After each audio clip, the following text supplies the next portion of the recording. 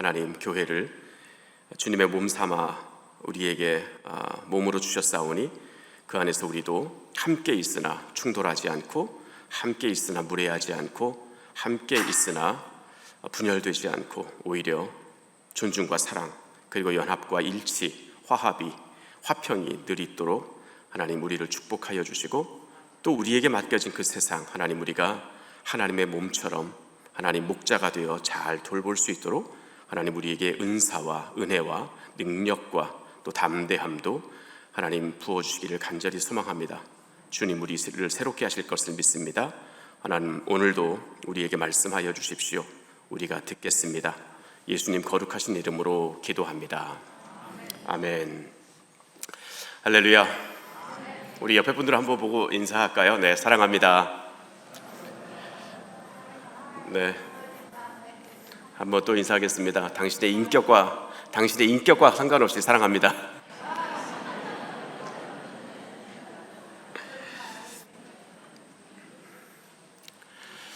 네, 어제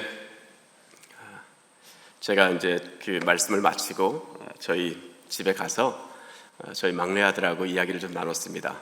사실은 저를 불러주는 것도 없지만 우리 박성 목사님이 부르시면 그 모든 일정을 좀 다 뒤로 하고 제가 응하려고 하는 그런 마음이 늘 있습니다. 또 특별히 임마누엘 장로교회로부터 부르심이 있을 때는 꼭 오려고 합니다. 네, 여러 가지 이유가 있지만 한 가지만 들자면 저희 해마다 잠바 나누기를 하는데 임마누엘 장로교회에서 꼭 후원해 주십니다.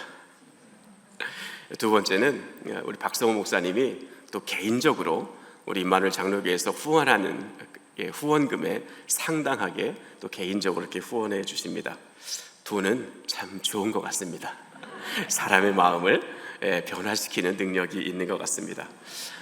그것보다 돈에 담겨있는, 물질에 담겨있는 귀한 마음 때문에 그 마음을 또 이렇게 보응하고자 하는 그런 마음도 있습니다.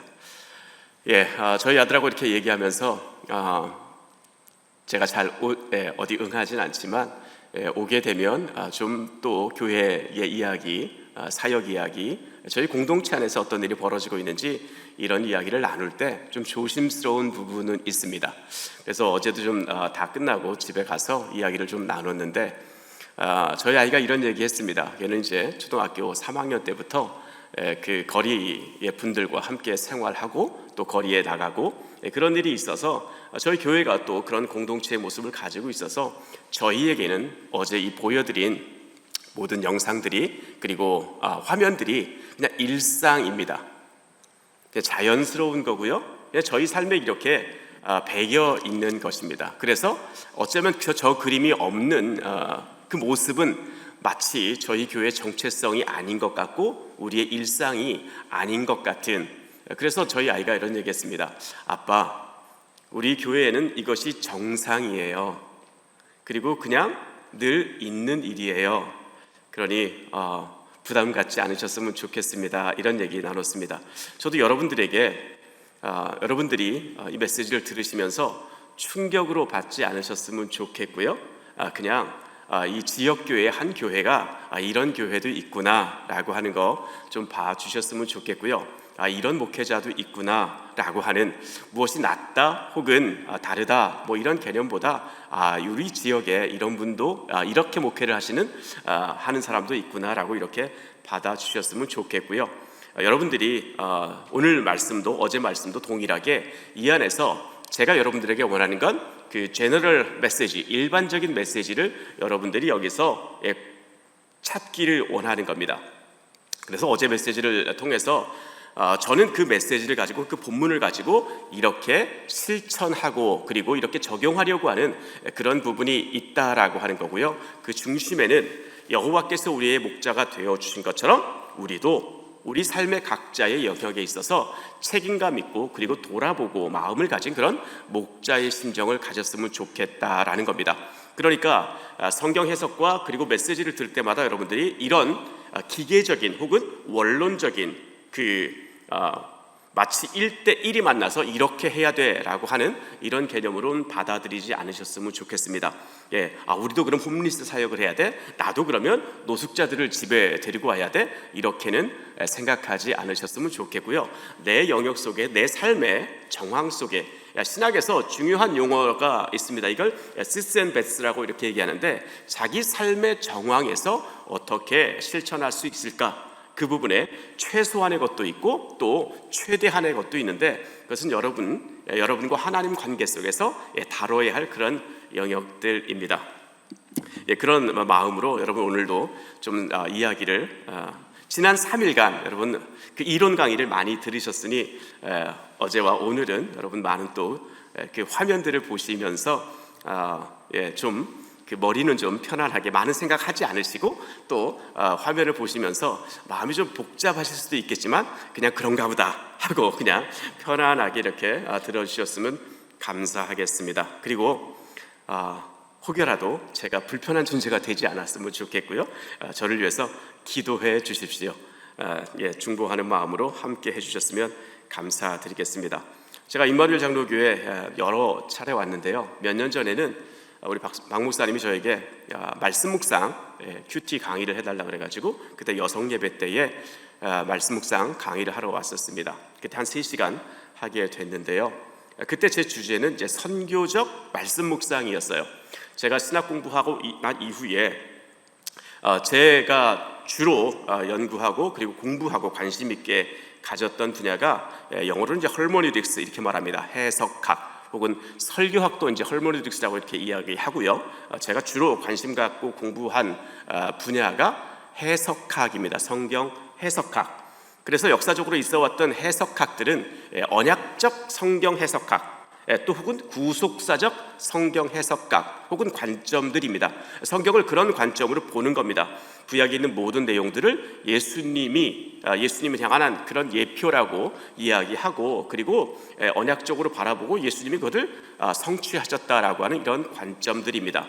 구속사적인 입장도 마찬가지입니다. 그래서 모든 제사 제도나 그리고 선지자들의 이야기나 이런 모든 것들을 그 구속적 관점으로 바라보는 겁니다. 그래서 구약 안에 늘 예수 그리스도를 찾아내는 그런 일들을 하는 겁니다. 그러나 제가 또 한쪽으로 다리를 놓으려고 하는 것은 성경 해석의 바로 미셔널 헐메네틱스, 선교적 성경 해석입니다. 부분적으로 어제 말씀드린 것이 바로 그런 관점입니다. 그 본문을 읽고 어떻게 성경을 우리가 읽을 것인가 라고 하는 그런 부분입니다. 그래서 하나님께 내게 받은 그 메시지를 나는 이걸 어떻게 삶으로 살아내지라고 하는 겁니다.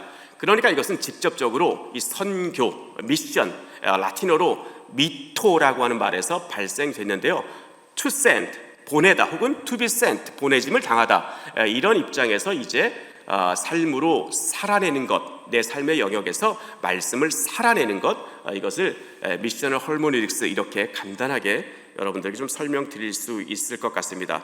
그런 입장에서 이 선교적이다 혹은 미셔널이다라고 하는 것은 늘 공동체와의 관계가 있는 겁니다.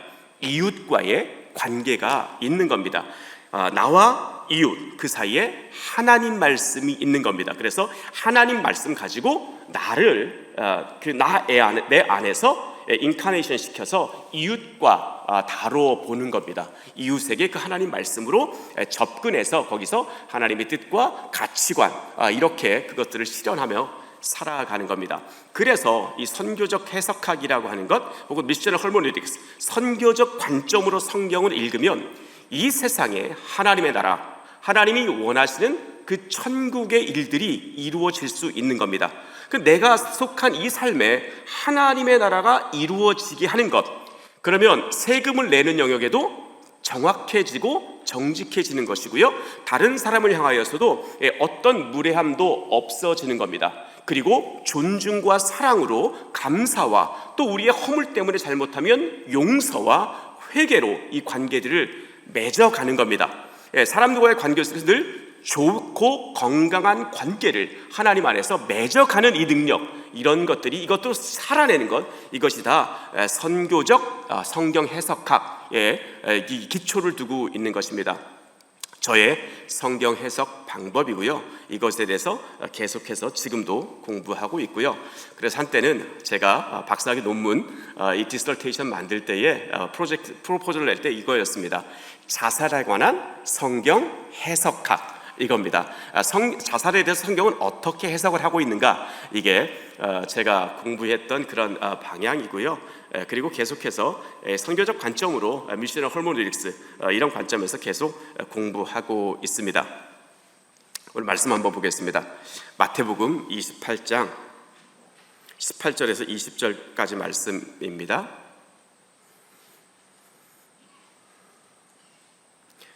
우리에게 익숙한 말씀이므로 제가 읽겠습니다. 예수께서 나와 말씀하여 이르시되 하늘과 땅의 모든 권세를 내게 주셨으니 그러므로 너희는 가서 모든 민족을 제자로 삼아 아버지와 아들과 성령의 이름으로 세례를 베풀고 내가 너희에게 분부한 모든 것을 가르쳐 지키게 하라. 볼지어다 내가 세상 끝날까지 너희와 항상 함께 있으리라 하시니라. 아멘. 교회에 주신 메시지입니다. 교회의 기능과 교인의 기능이 있습니다. 전통적으로 개신교는 이렇게 교회의 기능에 대해서 이야기해 왔었습니다. 물론 각 교단마다 그리고 정책마다 다른 입장을 취할 수도 있겠지만 전통적으로 이런 생각을 가지고 있습니다. 첫 번째, 교회의 기능은 무엇인가라고 말할 때 첫 번째 기능이 말씀 선포입니다. 교회, 하나님의 공동체에게 있어서 그 기능, 올바른 기능을 하기 위해서는 교회라면 하나님의 말씀이 선포되어야 된다라는 겁니다. 말씀 선포가 없는 것은 교회가 아닌 것이죠. 두 번째는 개신교에 있어서 교회의 전통, 교회의 기능 중에 또 다른 한 가지가 성례입니다. 세례와 성만찬, 이것이 교회의 기능 중에 또 하나였습니다. 세 번째는 선교입니다.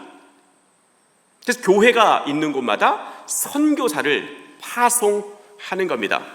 사도행전의 교회에서도 예루살렘 교회가 이방인들을 위해서 안디옥 교회에게 바나바를 파송했습니다. 그리고 바나바가 혼자 가다가 다소에 들려서 바울을 데려가서 거기서 함께 사역을 하게 됐는데, 바로 그것이 교회가 선교사, 다른 문화권 혹은 다른 인종, 다른 지역으로 가서 하는 일, 그 일을 위해서 교회가 했던 것입니다. 물론 지금은 선교와 전도라고 하는 것에 대해서 이 글로벌 되면서 조금 그렇게만은 이제 규정될 수 없는 그런 상황이긴 합니다. 그래서 과거에 선교라고 할 때는 그 언어, 지역, 문화, 이런 차이를 두고 했을 때 그것을 선교라고 말하지만 지금은 그 장벽이 조금 허물어진 것은 사실입니다. 그리고 네 번째 교회의 기능은 치리입니다. 교회 안에 다양한 분들이 모여 있기 때문에 교회 안에 여러 가지 문제가 일어날 수 있습니다. 그리고 좀 더 나은 방향으로 교회가 가기 위해서 리더십들 그 중심으로 우리는 이러한 방향으로 가고 있습니다 라고 말할 때, 그것과 다른 의견들이 나올 때 그때 디서플린 혹은 그 가이드라인 제공하는 것이 바로 또 교회의 기능이기도 합니다. 오늘 저는 이 기능 중에 이 선교에 관한 기능, 교회의 기능에 대해서 좀 말씀드리고 싶은 겁니다. 또 한 가지 교인의 기능이 있습니다. 교인. 그러면 교회에 몸담고 있는 한 몸을 이루고 있는 교인의 기능은 무엇일까라고 말할 때 전통적으로 이렇게 해석해 왔습니다. 예배. 교인이라면 예배를 하는 겁니다. 공동체 예배인 거죠. 그래서 혼자 예배 드리는 것, 특별한 상황에서 예배 그렇게 할 수 있겠지만 그런 상황이 아닌 이상 함께 모이는 겁니다. 한 몸을 이루는 겁니다. 우리의 몸이 여러 지체들로 이루어져서 한 몸이라고 말하는 것처럼 교인이라고 한다면 예배의 그 시간에 함께 어떻게 해서든지 최선을 다해서 모이는 겁니다. 그 예배하는 것이 교인의 기능 중 혹은 해야 할 일이라고 하는 것이고요. 두 번째는 전도입니다. 자신의 삶의 주변에 늘 복음을 전하는 겁니다. 멀리 가지 않아도 되는 거죠. 만나는 사람들, 가족에게도 전도할 수 있고요, 친척에게도 전도할 수 있고, 자신이 담고 있는 직장 공동체에 관계 맺는 어떤 구성원과의 관계 속에서도 복음을 전하는 일. 당신을 향한 하나님의 계획은 이겁니다.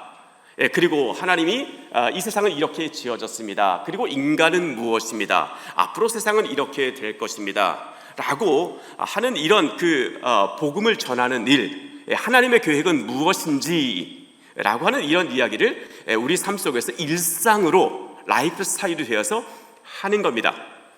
그러니까 자신이 어떤 일을 하든 어떤 사소한 대화를 하든 거기에는 복음을 전하려고 하는 그런 마음들이 있어야 한다는 겁니다. 이 캐주얼 컨버세이션, 아주 이런 사소한 대화를 통해서도 그 하나님의 계획을, 하나님의 마음을, 하나님의 사랑을, 인간의 삶의 목적을, 우리가 누구인지 이야기하려고 하는 그런 라이프 스타일이 우리에게 늘 있어야 하는 겁니다. 또 교인의 기능 중에 있어야 할 일이 교인들끼리의 친교, 펠로우십, 헬라어로는 코이노니아 이렇게 말합니다. 여러분 예배 다 마치시고 축복을 받을 때에 마지막 여러분을 보내시면서 하는 메시지가 성령의 교통하심. 이럴 때 이 교통이라고 하는 말을 영어로는 펠로우십이라고 말하고요, 헬라어로는 코이노니아라고 이렇게 표현을 합니다. 그래서 이 친교, 그러니까 성도들끼리 펠로우십이 있어야 하는 거죠. 몸이 서로 유기적으로 연합하고 상합하는 것처럼 그런 기능들을 잘 해야 우리 몸이 건강해지는 것처럼 교인들도 이 교제가 활발히 이루어질 때 우리의 몸이 더 건강해지는 거죠. 그래서 연약한 사람들이 이 좋은 사람들을 만나서, 건강한 사람들을 만나서 연약함이 회복되어지는 겁니다. 비슷한 또 개념이 하나 있는데 봉사입니다. 서비스. 서로 겸손하게 다른 사람을 높여주는 그 일, 다른 사람이 정상적인 기능을 할 수 있도록 그 높여주는 그 일, 이것이 교인의 기능인 겁니다. 그래서 우리 예배 순서에도 헌금하고 성찬하고 그리고 이 예배 이후에 이루어지는 이 모든 행위들을 우리가 또 다른 예배라고 이렇게 말하는 겁니다. 우리가 잘 알고 있는 본 해퍼 목사님은 이 성도의 교제, 예배 이후에 이루어진 이 성도의 교제를 예배라고 말했어요. 그러니까 여러분들이 교인이라고 한다면 내가 이 반드시 해야 하는 거구나, 특별한 이유를 제외하고는 이 봉사와 섬김의 일, 이런 일을 해야 하는 거구나라고 아예 생각하시면 좋을 것 같습니다. 전도와 선교, 이 두 가지에 대해서 오늘 좀 이야기하려고 하고요. 그리고 저희 교회에서 어떤 공동체에서 어떤 일이 이루어지고 있는지, 그런 어떻게 공동체를 이루어가고 있는지 그걸 좀 여러분들과 함께 나눠보려고 합니다. 어제 거리 사역의 시작에 있었던 일들을 좀 나누었습니다. 저희 가족이 시작을 했습니다. 지금도 저희 교인들에게 누구에게도 토요일날 다운타운에 와서 전도하고 또 섬기는 일을 하라고 한 번도 말해보지 않았습니다. 하지만 우리 교인들이 자발적으로 그 일에 참여하시는 분들이 있고 상황에 맞추어서 이렇게 하시기도 합니다. 하지만 저와 제 아내는 전도와 그리고 선교의 일, 삶 자체를 그렇게 살으려고 우선순위를 두고 살아가고 있는 건 분명합니다. 저희 집사람도 어떤 분들은 아시겠지만 본래 한국에서 약국을 오랫동안 경영해 왔었습니다. 그리고 공부를 그렇게 본인이 약사로 이렇게 살아왔었고요. 그래서 지금은 이렇게 미국에 있으면서 기회 될 때마다 그 이슬람 지역으로 또 아시아 국가 지역으로 의료 혜택이 없는 곳으로 메디컬 미션을 본인이 하나님 앞에 약속을 했습니다. 내가 1년에 2차례는 꼭 약사로 세상을 좀 섬기겠다라고 해서 교회 사역과 그리고 공동체, 저희가 살고 있는 지역의 샌프란시스코 다운타운에 있는 분들을 위해서 복음을 전하는 일도 하지만 또 정해놓고 1년에 2차례는 해외 지역에 나가서 이렇게 복음을 전하려고 합니다. 얼굴을 보여드릴 수가 없어서 저건 이제 이슬람권에 가가지고 전도한 그런 일입니다. 그리고 현지에 있으면, 여기 있으면 또 어떻게 하는가, 이렇게 또 샌프란시스코 길바닥에 앉아가지고 기회 되는 대로 저렇게 또 복음을 전하고 있습니다. 저분이 어떤 생각을 가졌는지 우리는 모르지요, 그렇죠? 하지만 저렇게 이야기를 또 끌어나갑니다. 거리 사역을 하는 중에 하나님이 저에게 주신 마음, 거리의 분들은 찬양을 들을 기회가 거의 없다는 겁니다. 우리는 교회 안에서 얼마든지 찬양을 부를 수 있지요, 그렇죠? 소리내서 또 들을 수도 있고 한데, 거리에 계신 분들은 24시간 거의 나쁜 욕, 그리고 아주 치열하게 한 번 기회를, 주어진 기회를 얻지 못하면 놓쳐버리는, 그래서 그 사람들이 당연히 그분들이 이 줄을 새치기 하는 경우도 많고, 그러면 서로 아주 F월드, 물론 프렌리한 말은 아니고요, 별로 그렇게 유쾌하지 않은 말들을 그냥 일상의 언어로 쓰고 있습니다. 그래서 제가 찬양도 나누었으면 좋겠다 해가지고 거리 찬양 음악제를 시작을 했었습니다. 첫 해에는 바이올리니스트를 초청을 해가지고 거리에서 찬양을 나누었습니다. 그리고 또 해가 지나면서 다른 뮤지션들을 또 초청해서 재즈 음악으로 하기도 하고요. 이렇게 여기 이제 샌프란시스코 시청 앞이고요, 유엔 플라자, 그리고 FBI가 있는 그 건물 사이에 저희가 빌려서 저렇게 그 거리 찬양 음악제를 시작을 했습니다. 때로는 이제 비가 올 때는 홀을 하나 빌려서 지역에 있는, 그래서 이제 뮤지션들을 또 초청을 해서 이렇게 찬양을 나누는 일을 했습니다. 이 거리 찬양 음악제, 저는 그냥 찬양을 나누려고 했었습니다. 그런데 하나님이 이 일을 통해서, 하나님이 이 거리 찬양 음악제를 하기 전에는 저 자신도 몰랐던 어떤 신비한 일들을 행하셨어요. 그것이 무엇이었냐면, 제가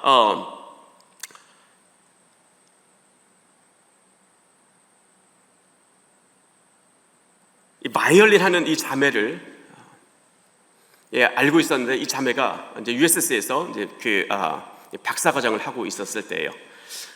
물론 이제 학사와 석사를 강단에서 이런 얘기 죄송합니다.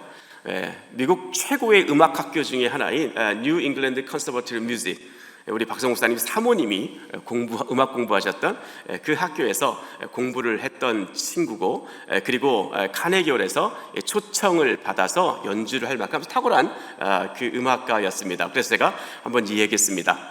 라영아, 우리 거리 찬양 음악제 한번 할까? 그랬더니 네, 목사님, 한 거예요. 본래 무대는 카네기홀인데 제가 거리에서 하자 그랬어요. 근데 아무것도 묻지 않고 네, 한 거예요. 그래서 저희 집에 왔습니다. 와서 함께 이제 겨울 수련을 마치고 그래서 묻는 거예요. 목사님, 거리 찬양 음악제가 뭐예요? 나도 모르지. 저는 그냥 생각만 있었습니다. 그리고 이렇게 했으면 좋겠다. 그리고 일을 진행했는데, 그래서 그냥 시청 앞에서 그냥 거리에서 찬양을 한 겁니다. 바이올린 가지고 1시간 20분을 찬양을 하는데, 그 찬양에 적지 않은 분들이 큰 감동을 받았어요. 언어도 없었는데 이 선율만 가지고 너무 큰 감동을 받은 분이 있었어요. 그리고 그 찬양을 들었던 중에, 여러 사람 중에 그 한 사람이 감동을 받고 저에게 왔습니다. 내가 니네 교회 가면 좋겠다, 가도 되겠냐, 이런 거였습니다. 근데 그 당시 저희 교회는 다 코리안 스피킹이었어요. 다 한국말로 모든 걸 진행했어요. 그래서 제가 이야기를 했죠. 오지 말라고. 이 주변에 잉글리시 스피킹 철치가 얼마나 많냐, 거기 가면 된다라는 거 제가 제안을 했었습니다. 그랬더니 이렇게 말하는 거예요. 거기 가봤다. 그런데 우리가 가면 좀 안 왔으면 하는 바람이 있더라. 존중받지 못하는 거예요. 가도 존중받지 못한다는 그런 이야기를 했습니다. 그래서 그냥 앉아만 있게 해달라는 거예요. 그런데 이게 앉아만 있게 해달라고 하는, 그 앉아만 있게 하는 데까지 수많은 적지 않은 일들이 있습니다. 뭘 해야 되죠? 라이드를 가야 돼요. 샌프란시스코 시청 앞까지 라이드를 가고 그 가기 전에 누군가 그 일을 해야 하는 거죠. 그리고 예배 마치고 다시 모셔다 드리는 거죠. 어쨌든 오셨습니다. 이 일을 진행했고요. 그리고 정말 6개월을 매주 오셨어요. 한국말로 찬양했는데 우시는 거예요. 한국말로 제가 설교를 했는데 막 우는 거예요. 못 알아들었을 거예요. 그런데 하나님의 임재였다고 생각해요. 그냥 그 마음이 녹아진 거죠. 그러더니 한 분, 두 분, 세 분, 네 분, 다섯 분, 여섯 분, 나중에 한 9분이 오셨어요. 차도 한 대 가지고 안 되고요.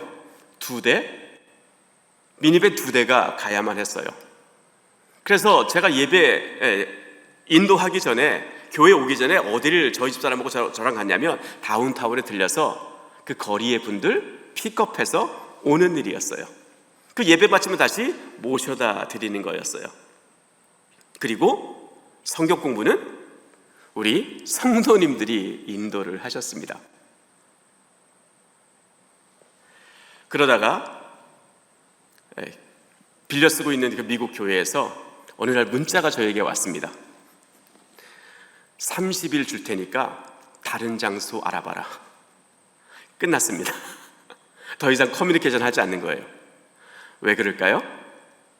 홈리스가 온 거예요. CCTV로 다 본 거예요. 30일 줄 테니 다른 장소 알아봐라. 그래서 30일 채 안 돼서 자리를 옮겨야만 했습니다. 근데 하나님은 9분이나 보내주셨어요. 거리음악제를 저는 했는데 하나님은 영혼들을 보내셨어요.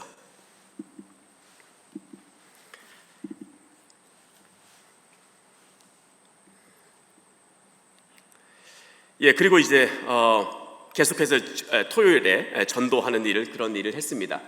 그러다가 이름이 에릭이라고 하는 친구인데요, 알코올 중독자예요. 평상시에 열심히 일을 해서 돈을 몇만 불 모았다 그래요. 이태리 레스토랑에서 일했다고 해요. 일을 했었다고 해요. 그런데 어느 날 술을 마셨어요.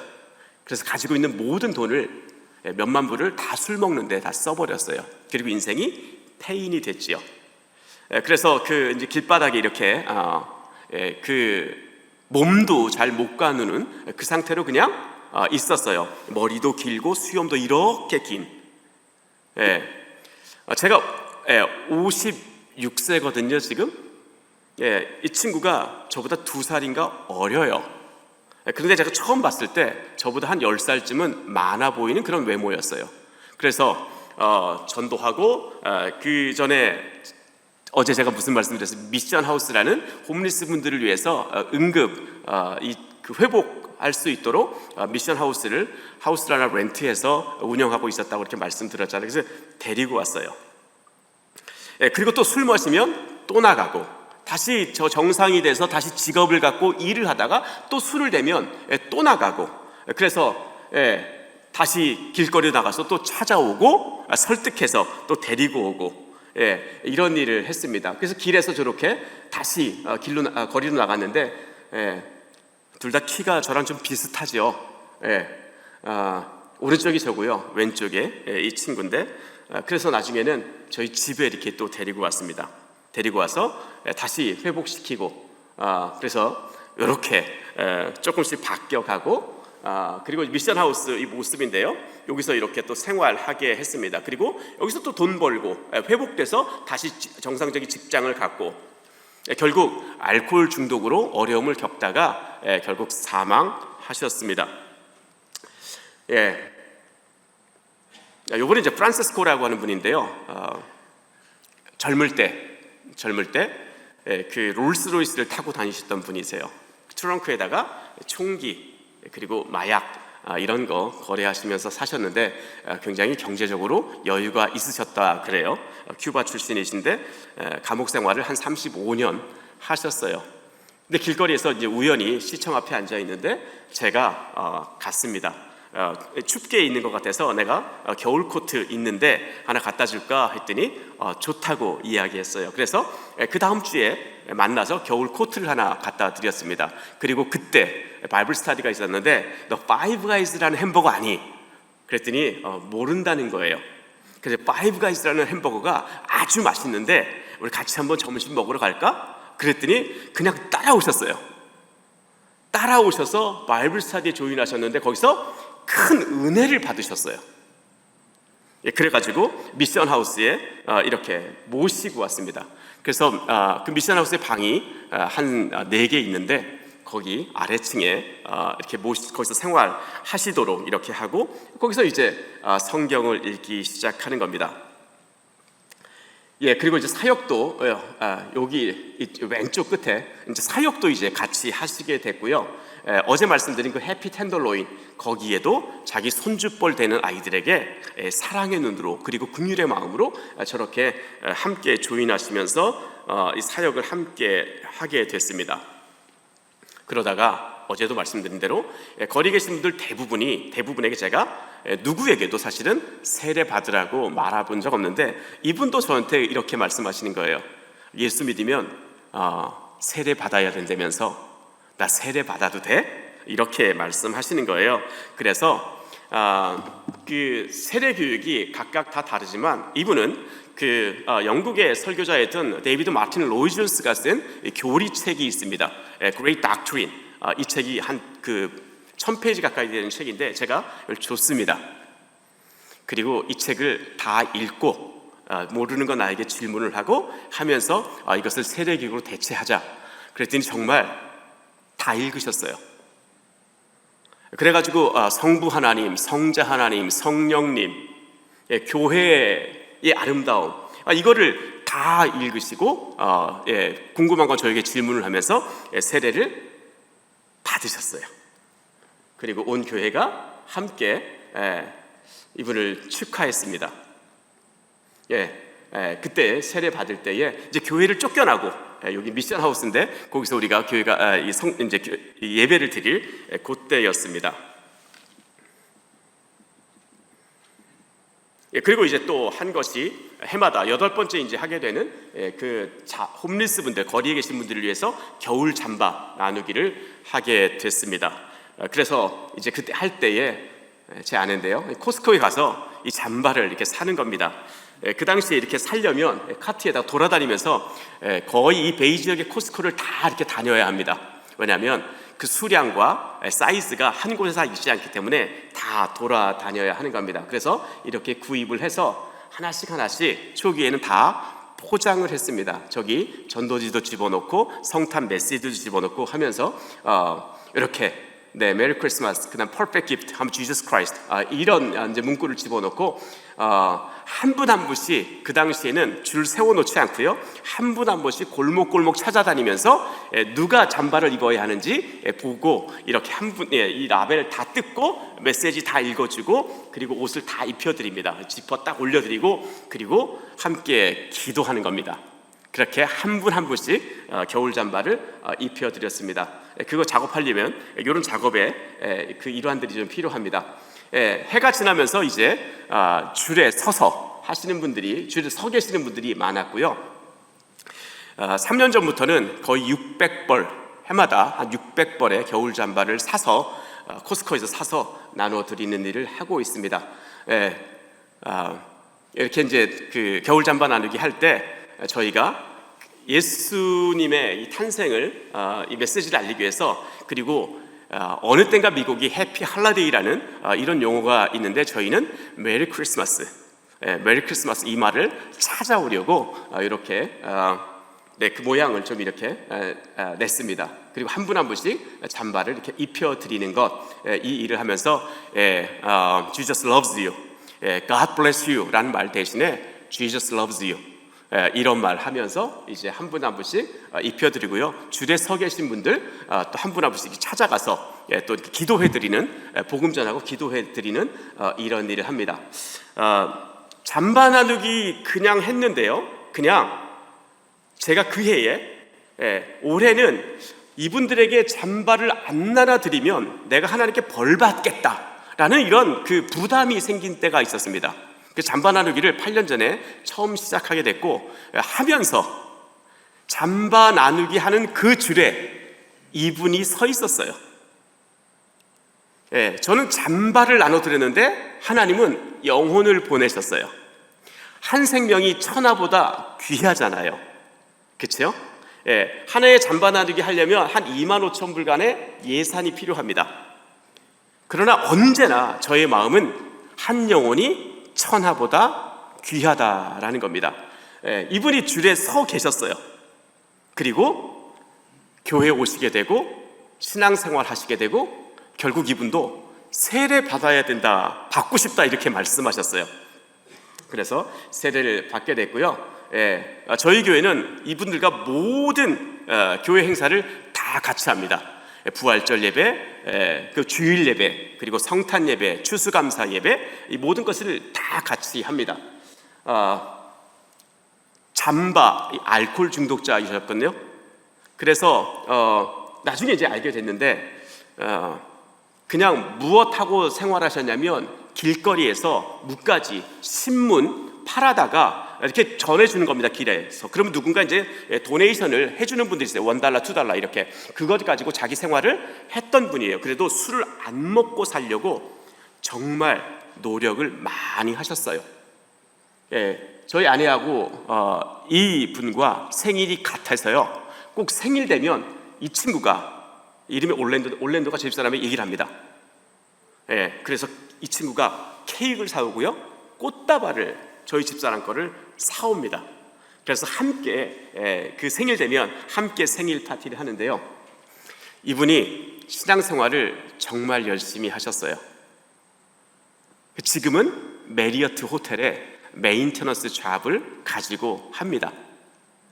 본래 이제 범죄 기록이 있어서 사실은 정상적인 직업을 갖기가 쉽지 않습니다. 크리미널 백그라운드 체크를 다 하는데 참 어려운데 직업을 갖는다는 것도, 가질 수 있는 것도 하나님의 은혜고요, 기적인 거예요. 근데 이분이 뭐라고 잡 인터뷰 때 했냐면, 나는 주일에 일할 수 없어. 나는 교회 가야 돼. 난 예배해야 돼. 근데 호텔 일이 그럴 예배가 있을까 굉장히 어려운 거죠. 그래서 잡 인터뷰할 때 돈도 없는 이분이 먼저 얘기한 거예요. 난 주일엔 일 못해. 근데 일 안 해도 된다고 하면서 하이어를 한 거예요. 할렐루야. 그리고 이제 토요일마다 이렇게 샌프란시스코 골목골목 다니다 보면 저렇게 이제 텐트로 있는 곳이 있습니다. 저 안에서 생활을 하는 거죠. 그러면 이제 텐트를 저희가 노크를 합니다. Open the gate 하면서 How many people are here? 이렇게 묻습니다. 그러면 이제 거기 몇 사람이라고 소리 지르면 저희가 햄버거하고 커피랑 음료수랑 칩스랑 이렇게 그냥 잠깐 문 좀 열어달라고 얘기하고 얼굴을 또 이렇게 보자고 한번 이야기합니다. 그리고 그 기회를 얻어서 또 복음을 전하고 인사를 나누고 하는 그런 일을 합니다.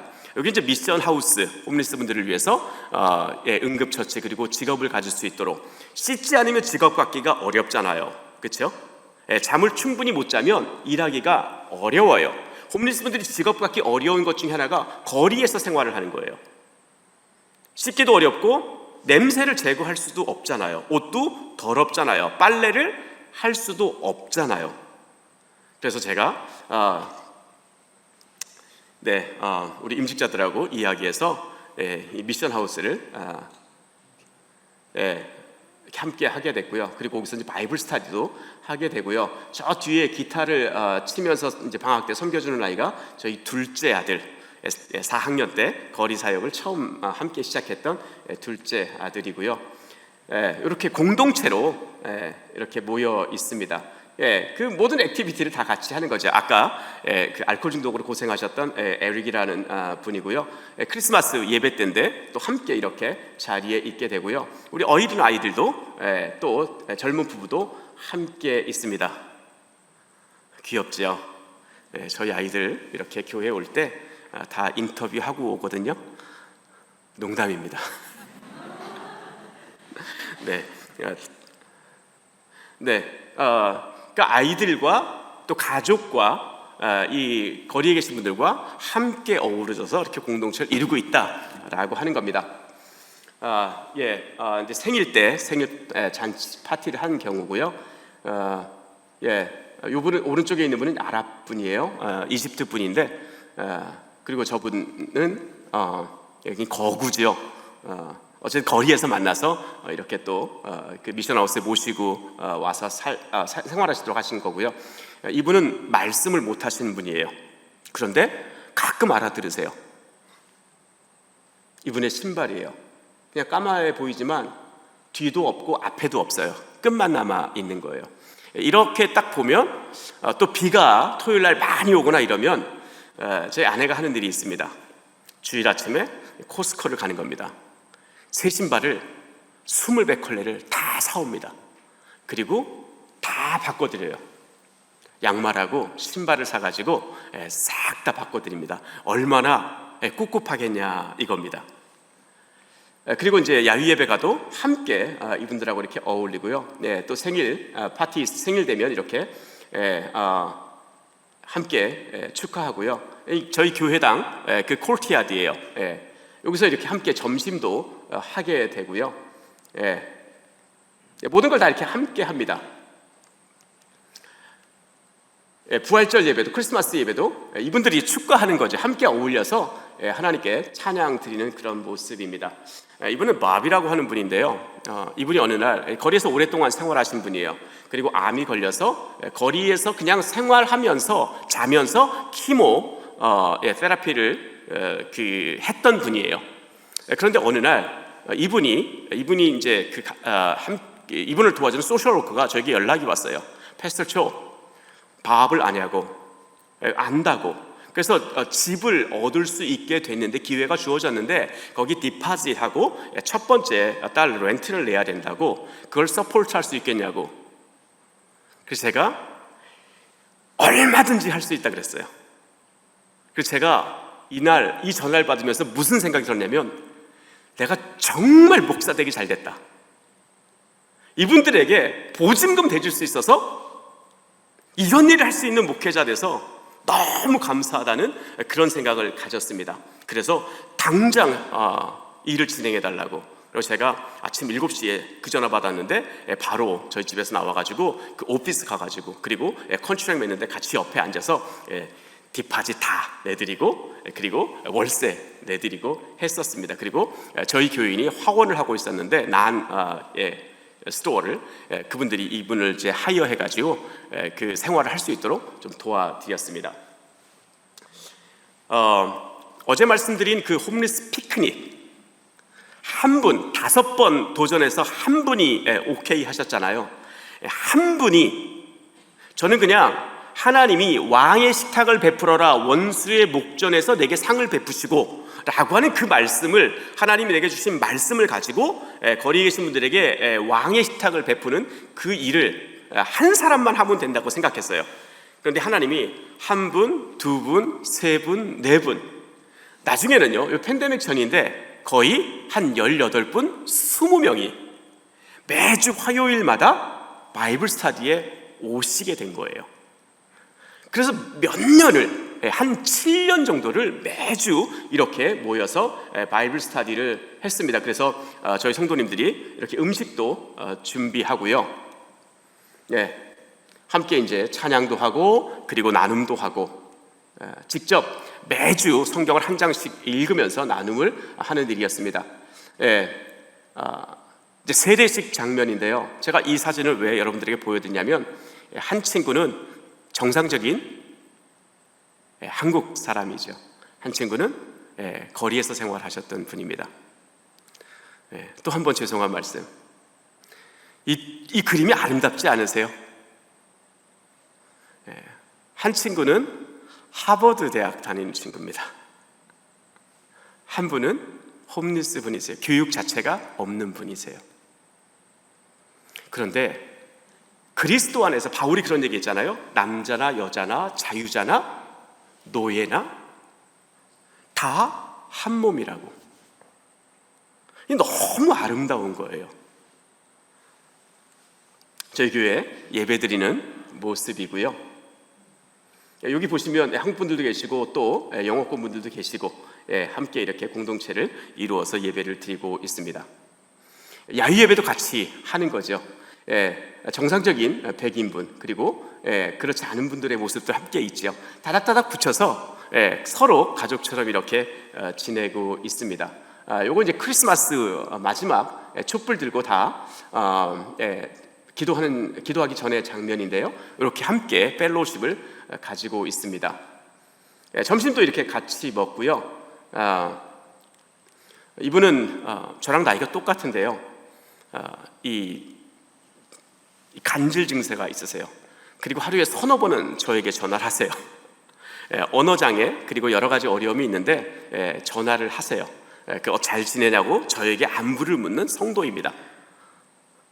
보통 목회자가 전화해야 되는데 성도가 서너 번 전화하세요. 밤 11시에도 12시에도 1시에도 2시에도 새벽 4시에도 시간 개념이 없으세요. 근데 어느 날은 자기 위해서 기도해 달라는 거예요. 전화로. 그래서 기도를 해줬어요. 사실 이분은 제가 처음에 케어한 분이 아니셨어요. 저희 교인이 케어를 했는데 요분들 이렇게 생일 되면 자기 가족들하고 다 모여서 함께 좋은 식당 가서 식사를 대접하고, 이분들이 차이나타운에 사셨는데 이분들을 케어하셨던 분은 리버모어에 사셨어요. 그래서 교회 오기 전에 차이나타운 들려서 아침 먹고 교회 와서 성경을 읽어주는 일을 하셨어요. 글을 잘 못 읽으세요. 그런데 그분들 들으라고 요한복음을 1장부터 시작해서 따라 읽으라고 하면서 성경을 읽어주시는 그런 일을 했습니다. 함께 이렇게 점심 먹는 모습이고요.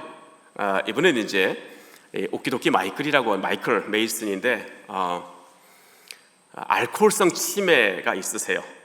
그래서 어느 날 몸을 못 가눌 만큼 심각한 어려움에 빠졌어요. 허리도 이렇게 반쯤 숙여가지고 못 세울 만큼 이렇게 어려움이 있었어요. 어느 날 이분이 이제 너무 어려워서 너무 모양이 자기 몸도 못 가누고 어느 날 발견했는데 흐르는 물에 비 오는 날 귀를 땅에 대고 흐르는 날 그냥 이렇게 자고 있었어요. 그러니까 대소변은 다 몸에 묻어 있고 이런 상황이었죠. 그리고 이제 몰골이 아주 심하니까 주일에 교회에 왔는데 저희 아들들이 그러는 거예요. 아빠 우리 집에 데려가면 안 돼요?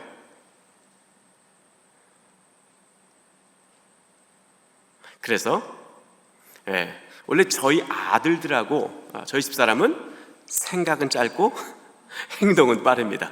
저는 가장이라서 생각은 많고 행동은 느린데 좀 다른 것 같아요.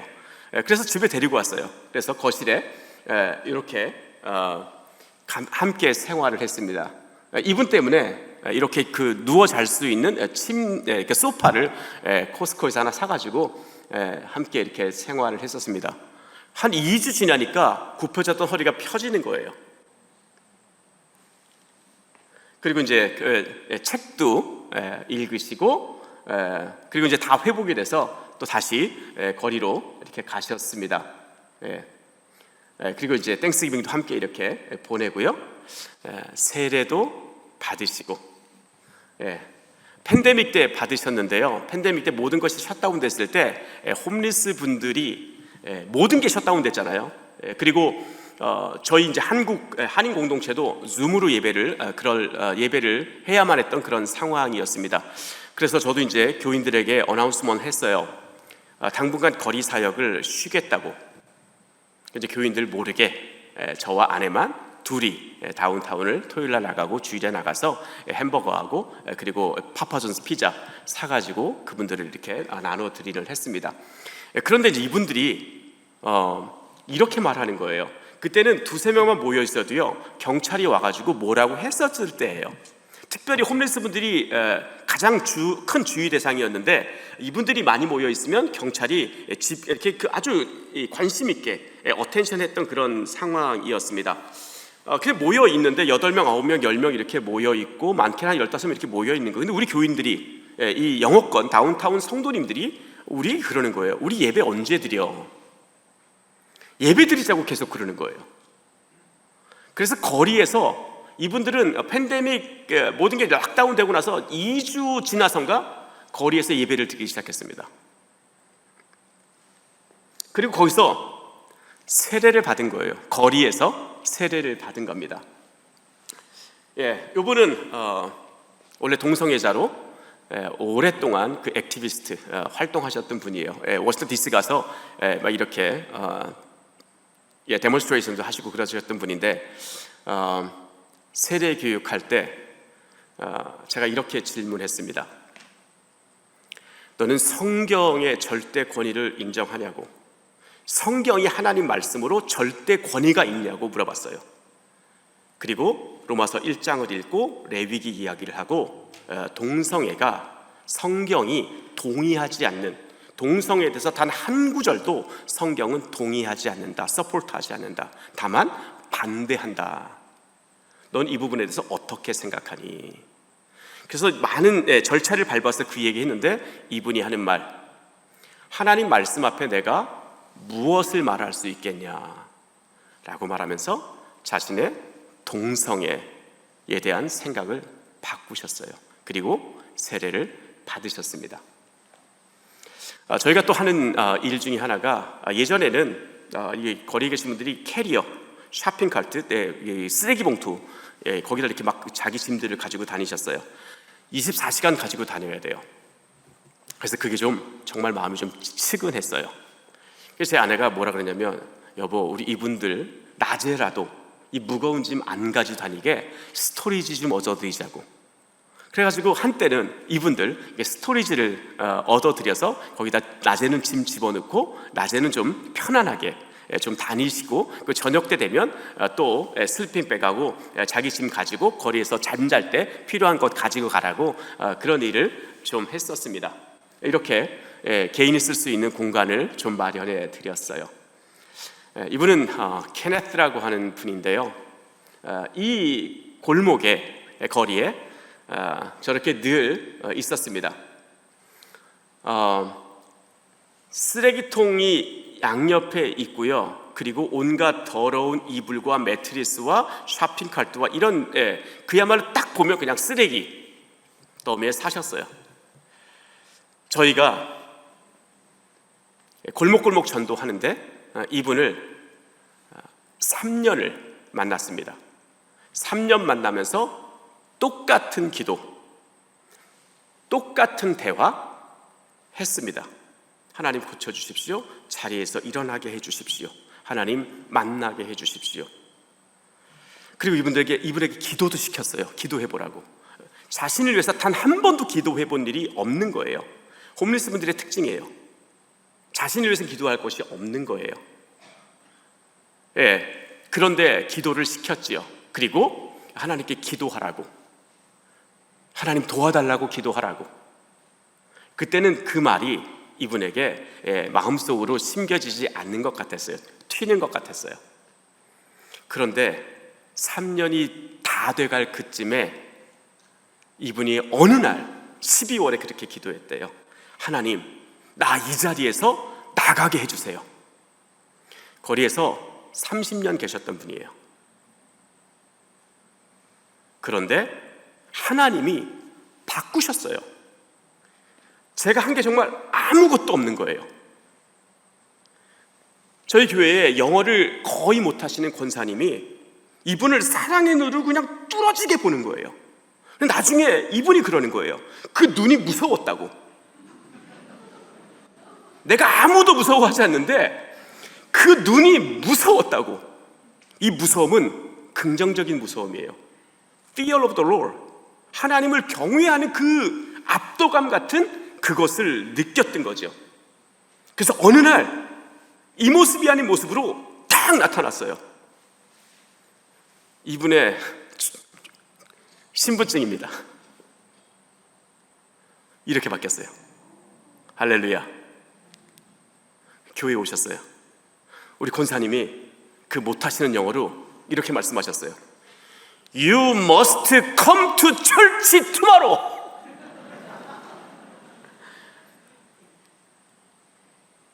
여러분 혹시 이 거리 사역이 언어라는 것 때문에 부담이 되시나요? 절대 그렇지 않아요. 사랑의 마음 하나만 있으면 돼요.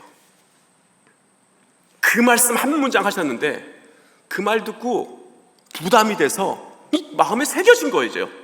오셨어요. 예, 거리에 있을 때는 죽는 줄 알았어요. 안 보일 때 죽은 줄 알았어요. 예, 폐도 안 좋고 심장도 안 좋고 다리도 안 좋고 그래서 죽은 줄 알았어요. 그런데 저렇게 살아나신 거죠. 그리고 다리 수술을 받게 됐고요. 예, 병원에 모셔다 드리고 또 퇴원시켜 드리고, 예, 그리고 1:1 제자 양육, 젊은 부부가 1:1 제자 양육을 했는데요. 16주. 예, 두란노에 나오는 1:1 제자 양육 교재 있잖아요. 예, 그거를 영어로 저희 집사람이 다 번역을 했어요. 그래서 교재를 만들었어요. 그래가지고 16주를 했는데 이 친구가 그러는 거예요. 한 번 더 하면 안 돼? 그래서 이 친구들이 원래 여기 마운틴 뷰에 살았어요. 교회를 샌프란시스코까지 이제 다녔는데 이분을 1:1 하려면 샌프란시스코 다운타운을 매주 토요일마다 가야 돼요. 16주를 그렇게 했고요. 한 번 더 하고 싶다는 말에 또 16주를 또 했어요. 32주. 그리고 얼굴이 달라지죠. 세례를 받겠다 그러시고요. 작년에 저랑 선교 훈련을 마치고 이집트로, 여기 알렉산드리아예요. 카이로하고 알렉산드리아, 저랑 선교를 같이 갔습니다. 매주 토요일마다 자신이 누워있던 현장에 그 주변 사람들에게 복음을 전하는 겁니다. 저렇게 누워있는 사람들에게 찾아가서 말 걸고, 그리고 내가 누구였는지 이야기합니다. 그리고 젊은 친구들이 이렇게 말해요. 네가 여기서 나올 것 같아? 절대 못 나와. 너는 공동체가 필요해. 넌 네 생각을 바꾸기 위해서는 하나님 말씀이 필요해. 너는 네 문제를 해결하기 위해서, 네 감정을 해결하기 위해서 기도가 필요해. 그리고 좋은 공동체, church 필요하다는 거예요. 교회에 오라는 거예요. 이분도 이제 홈리스 분인데 아프실 때 이제 병원에 모셔다 드리고 다시 데려오고, 이분은 트랜스젠더예요. 거리에서 만났어요. 그리고 이것저것 묻고 이런 일들을 진행하면서 가족을 만나게 했습니다. 자기 이제 둘째 아들인데 이제 제가 신발을 2켤레 사가지고 큰 아들 거 학교를 써다갔고요. 여기 막내 아들인데 신발을 사가지고 트랜스젠더로 이제 정상적인 결혼했다가 바뀐 거죠. 그래도 아버지는 아버지였던 거예요. 이분도 정신적인 어려움을 겪고 있는 분인데 이 아들이 그룹홈에 살아요. 약간 장애 증세가 있었어요. 그래서 가족을 만나는 그 일을 도와드렸습니다. 헤어질 때의 모습이고요. 이분은 이제 로즈라고 하는 자매인데 미시건 출신이세요. 말을 안 하고 눈도 가리고 누구와도 접촉 안 하세요. 항상 이렇게 선글라스 쓰고 있는 분이세요. 그래서 어느 날 이제 제가 그 홈리스 분들을 다 다운타운에 주일 예배 마치고 라이드를 했는데 이 모습으로 딱 나타난 거예요. 근데 저한테 생전 말을 안 붙이는 분이에요. 말하지 않아요. 정상적인 커뮤니케이션이 불가능하신 분이에요. 그런데 자기 좀 도와달라는 거예요. 그래서 제가 집에 모시고 갔어요. 원래 이랬던 분이세요. 집에 데려가가지고 옷 다 갈아입히고, 그리고 샤워하게 하고 이제 저희 집에서 생활을 한 겁니다. 그리고 어느 날 가족들 이야기를 이렇게 하게 됐어요. 가족에 대한 진지한 대화들이 막 이루어진 거죠. 기적이에요. 커뮤니케이션 자체가 불가능하신 분들이에요. 그런데 하나님 정말 큰 은혜를 주셨어요. 그리고 가족 이야기를 하고 어떻게 하다가 샌프란시스코를 오게 됐는지, 가족들은 어떠한지, 가족과의 관계가 어떤지, 그리고 동생을 통화를 해서 그 연결이 됐습니다. 그리고 나중에 자기 집에 돌아가고 싶다고, 그래서 미시건으로 그레이하운드 타고 가기 전에 직전의 장면입니다. 이분은 한국계 홈리스세요.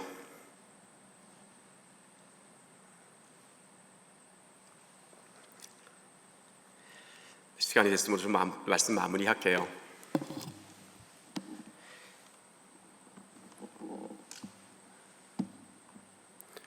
예수님이 제자들을 부르시고 양육하시고 그리고 마지막에 이렇게 설교를 하셨어요.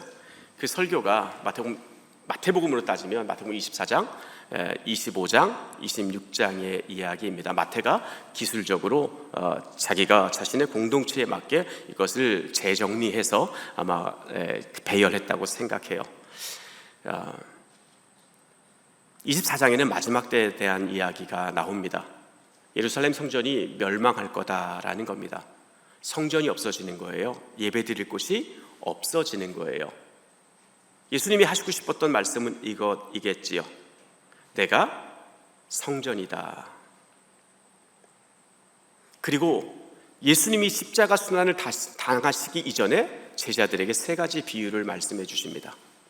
신앙적 위기가 찾아올 때가 있다는 거예요. 어려움이 찾아올 때가 있다는 거예요. 모든 신앙이 뿌리채 다 흔들릴 때가 있다는 거예요. 하나님이 주신 소명 자체가 없어질 때가 있다는 거예요. 그 정신이 다 흐려질 때가 있을 거를 아셨던 것 같아요. 그래서 세 가지 비유를 말씀해 주시는 것 같습니다. 첫 번째가 열처녀 비유입니다.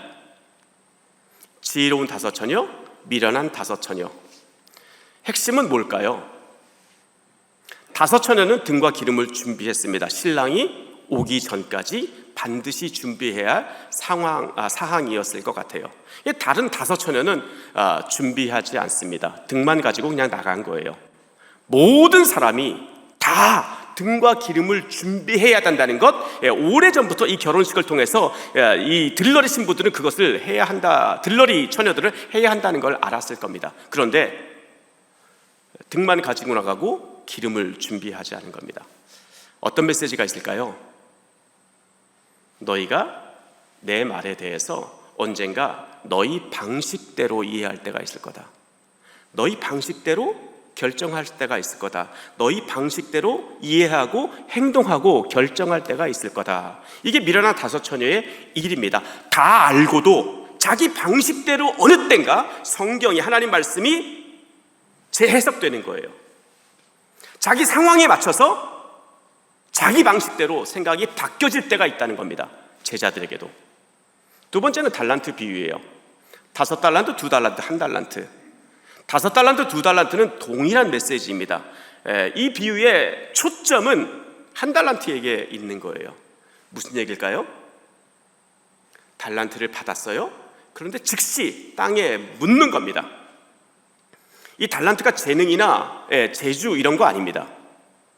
마지막 때에 달란트가 담고 있는 모든 것은 주인이 하신 명령이에요. 그런데 그 명령을 지키기가 어려운 거예요.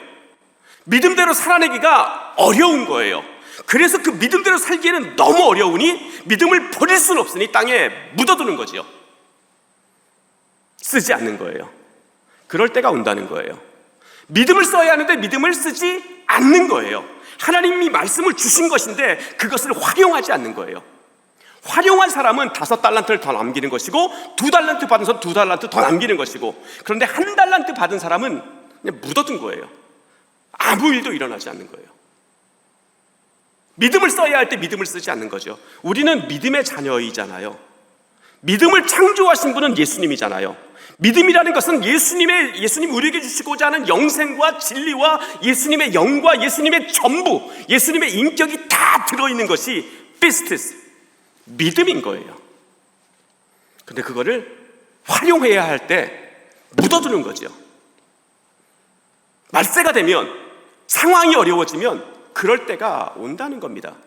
믿음으로 살 거냐, 아니면 현실 속에 살아갈 거냐, 하나님 안에서 살아갈 거냐, 하나님 밖에서 살아갈 거냐, 이 갈등이 있을 때가 있다는 겁니다.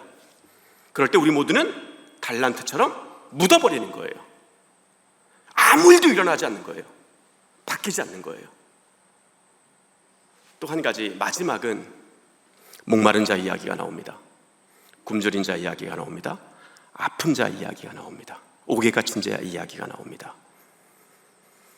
그래서 예수님은 어느 사람들에게 이렇게 말합니다. 네가 그렇게 했다라는 겁니다.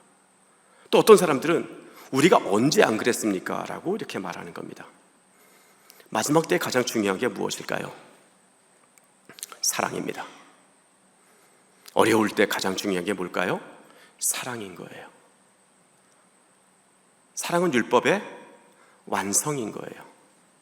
선한 사마리아인의 비유, 제사장이 예배 드리는 것이 전부인 삶인데 무엇을 놓친 겁니까? 사랑을 놓친 거예요. 지식은 많은데 지식이 워킹을 하지 않는 거예요. 레위인이에요. 아예 성전을 돌아보는 일에 자신의 삶 전체를 드리는 사람들이었어요. 그런데 강도 만난 자 앞에서 사랑을 실천해야 할 그 일 앞에서 하지 않은 거죠. 교회라고 볼 수도 있겠죠. 성직자라고 볼 수도 있겠죠. 임직자라고도 볼 수 있을 것 같아요. 믿음이 있는 사람이라고 볼 수 있을 것 같아요. 하지만 예수님이 원하시는 것은 선한 일을 하는 것이었습니다. 그리고 마지막에 마태복음과 그리고 요한복음, 마가복음, 누가복음은 1편과 2편으로 사도행전으로 나눠져 있기 때문에 연결이 되지 않지만 하지만 분명히 사도행전 1장에 동일한 메시지를 보냅니다. 그것이 무엇입니까? 오늘 읽은 말씀이에요. 가서 제자 삼어라. 모든 민족에게 가라는 겁니다.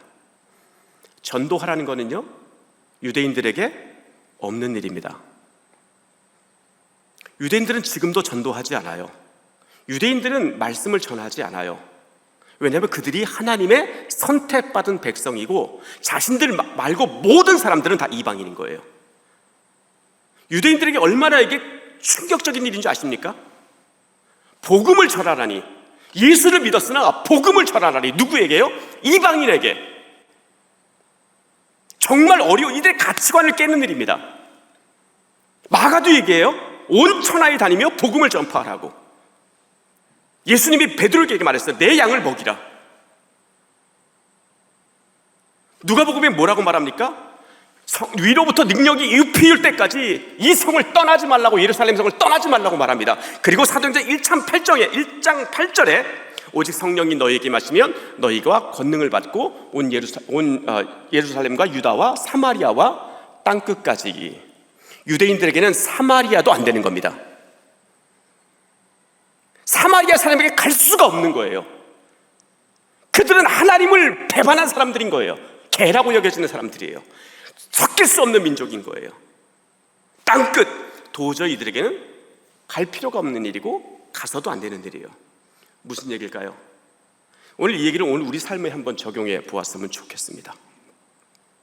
우리가 넘을 수 없는 장벽이 있습니다. 이걸 우리는 사역이라고 말할 수 있어요. 우리는 사역이라는 것 앞에 다 뒤로 물러서려고 합니다. 사역만 안 하면 편해질 수 있어요. 사역만 안 하면 안도감을 느낄 수 있어요. 부담 없을 수 있습니다. 근데 교회는요, 교회의 기능은 선교라고 하는 거예요. 교인의 기능은 전도라고 하는 거예요. 온 세상에 어려움이 있을 때 우리 교인들은 제일 먼저 무엇을 생각해야 하냐면 교회인 거예요. 하나님은 이 세상을 교회에 맡기셨어요. 세상이 병들고 악해질 때에 교회가 무엇을 하고 있는가 고민해야 하는 겁니다. 우리 탓이라는 거예요. 우리가 하지 않아서 그런 거라는 겁니다. 오늘 이렇게 좀 마무리하고 싶어요. 선교는, 이 세상은 교회에 맡겨진 일인 거다. 그리고 교인은 전도를 해야 하는 것이다 라는 겁니다. 하나님 말씀을 전하는 겁니다. 그래야 세상이 주께로 돌아올 수 있는 겁니다. 우리는 그 일을 위해서 죽을 줄도 알아야 되고 살 줄도 알아야 된다 생각합니다. 할렐루야. 한번 기도하겠습니다. 우리 찬양팀 한번 나와 주시면 감사하겠습니다.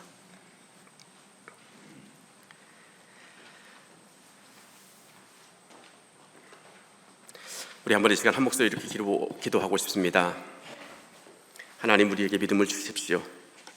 정작 믿음을 써야 할 때는 우리도 어쩌면 이 한 달란트 받은 사람처럼 즉시 묻어두려고 하는 그런, 믿음을 버리지는 못하지만, 믿음이 없다고도 말하지 않지만 믿음을 묻어두려고 하는 건 아닌지 한번 생각해 보게 됩니다. 또 하나님 우리에게 원하시는 그 일을 하려고 할 때 즉시 우리의 방식대로 그것을 다른 방식으로 처리하는 그런 기질들과 또 그런 경향은 없는지 생각해 보기를 원합니다. 하나님, 그래서 우리가 믿음을 갖기를 원합니다. 하나님, 믿음을 주십시오. 복음을 전하는 일에 믿음이 필요합니다. 하나님, 믿음을 주십시오. 하나님, 믿음을 주십시오. 우리 다 같이 위해서 그 일을 위해서 한번 기도하겠습니다.